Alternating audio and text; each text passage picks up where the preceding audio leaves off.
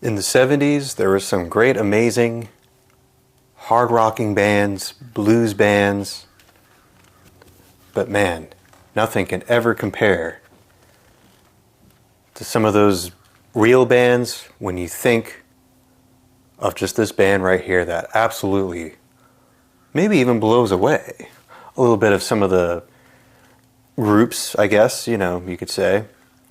And they were such a great live band, such an amazing live band. And I had totally forgot about, and how could I forget? I mean, how rude of me to not put here in my favorite CDs, top favorite CDs, Led Zeppelin. What a great band, what a great band. Now some can argue that, they could at times be a little bit petty, sometimes taking stuff and not giving the artist, the credit or whatever. But they really were such a great, Jimmy Page is always, he was like such a great guitarist that just came up with some of the, memorable and just incredible riffs on, like Heartbreaker and Black Dog and even, Kashmir. And yeah, my dad bought this sometime in the late 2000s. Now this is going to just be brief of what I'm going to say here. About Led Zeppelin, but also about a theme park in where I was living in Myrtle Beach in 2008. Well, they built it, and I believe they made the announcement of that they'll be making a theme park that's based on music, and that of course became Hard Rock Park, and they started building it around 2007. We got a little hard hat tour of that park. I remember back in sometime in early 2008, where there were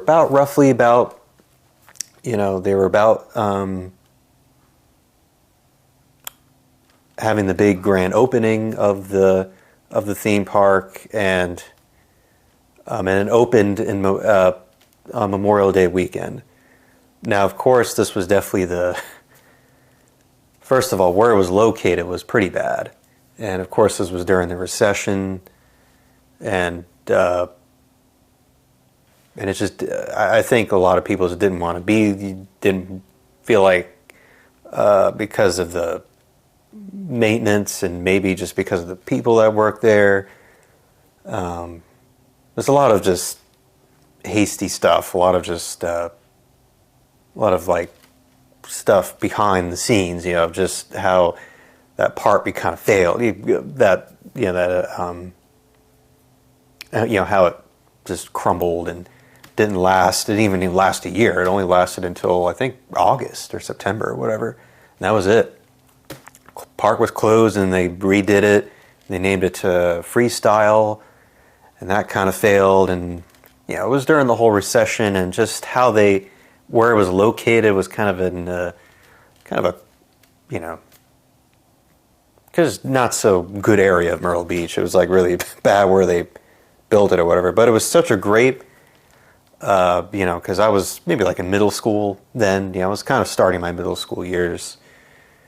And I just remember how wonderful that park was. But they had a theme, they had a roller coaster. It was kind of like the big main roller coaster. And that was, I forgot the name of it. I think it was just the Led Zeppelin coaster, the Mothership, I believe. And that was cool. That was in the speakers, they play A Whole Lot of Love. And my dad rode that.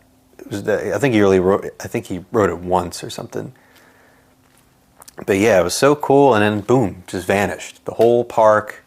And now there's no remnants of that, of anything, of just where it is. You wouldn't even know that a theme park was there if you go to the location of where it was in Myrtle Beach. But yeah, Mothership, this is great. And I also have too as well, which I think my dad bought later on, is Zeppelin 4, which is again another classic album. And I really love those very first two Zeppelin albums. They're very special. because I feel like the first one was mostly all blues and covers, obviously, but of course some that were, I do believe they were borrowing, how it all goes, and Dylan, same thing. And that first album starts out with Good Times, Bad Times. I mean, just, wow. I think that's definitely a great opening to any debut album. Good Times, Bad Times. And of course, Communication Breakdown, Black Mountain, I think, and, and Dazed and Confused as the closer. And then Zeppelin 2, an amazing, and of course, both of those albums, funny enough that they both were released in the same year, 1969. That was January, the first one, and the second one came out in November. And it went number one, and it actually outbeaten Abbey Road. See, they were kind of neck and neck with each other on the charts. Yeah, I mean, that the second album, you can't deny the second album with Whole Lotta Love. I mean, I know some people get sick of that song, but it's still a great, I just love the way it is recorded, and just the falsy start, whatever, and it's so cool with the way it, because it just seems like with that song, it just feels like there's a lot of, you can almost hear the different,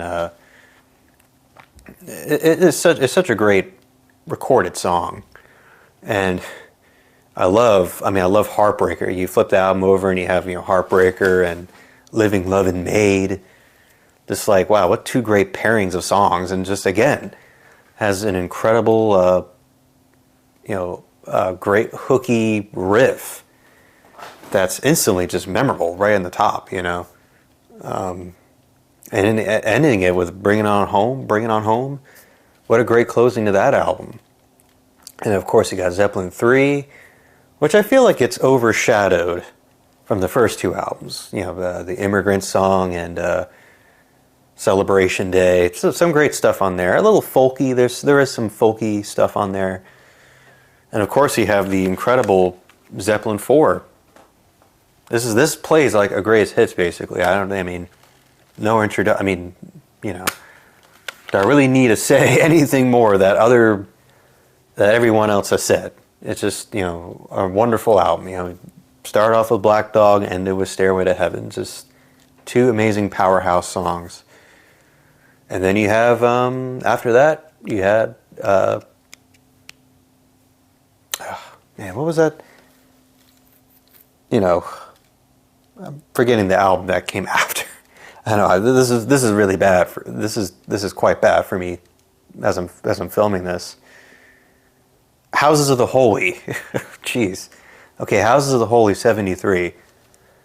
I think that's a really good album too. I mean, it has The Song Remains the Same. I love that. Of course, that became their concert movie later down the line, and Jamaica. I wasn't ever really a big fan of that song, Jamaica. But the Rain song, I love that, and No Quarter. Just has like weird, quirky stuff. I feel like Zeppelin always throws a lot of the weird, kind of psychedelic, really out there song, in at least on one of their albums. And I absolutely love their incredible double album, Physical Graffiti. I mean, oh my gosh. Trampled Underfoot and, like I said, Kashmir, Down by the Seaside, kind of a bit of an underrated song. In the Light, I love that song. In the Light, I love the way it starts. It's freaking great. And then a lot of people didn't care much about what's that one everyone kind of Presence. That was kind of one that everyone were mixed on. But I love Achilles' Last Stand and Nobody's Fault. I mean, those are like kind of the ones everybody kind of loves on the album. Other than that, it's kind of just not really as good. And then In Through the Outdoor. I mean, that's definitely one that, again, a lot of people were kind of mixed on. But I love, you know, In the Evening, and of course the hits like, you know, All My Love and Fool in the Rain.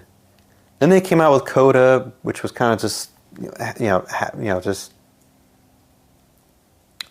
just old songs that they had.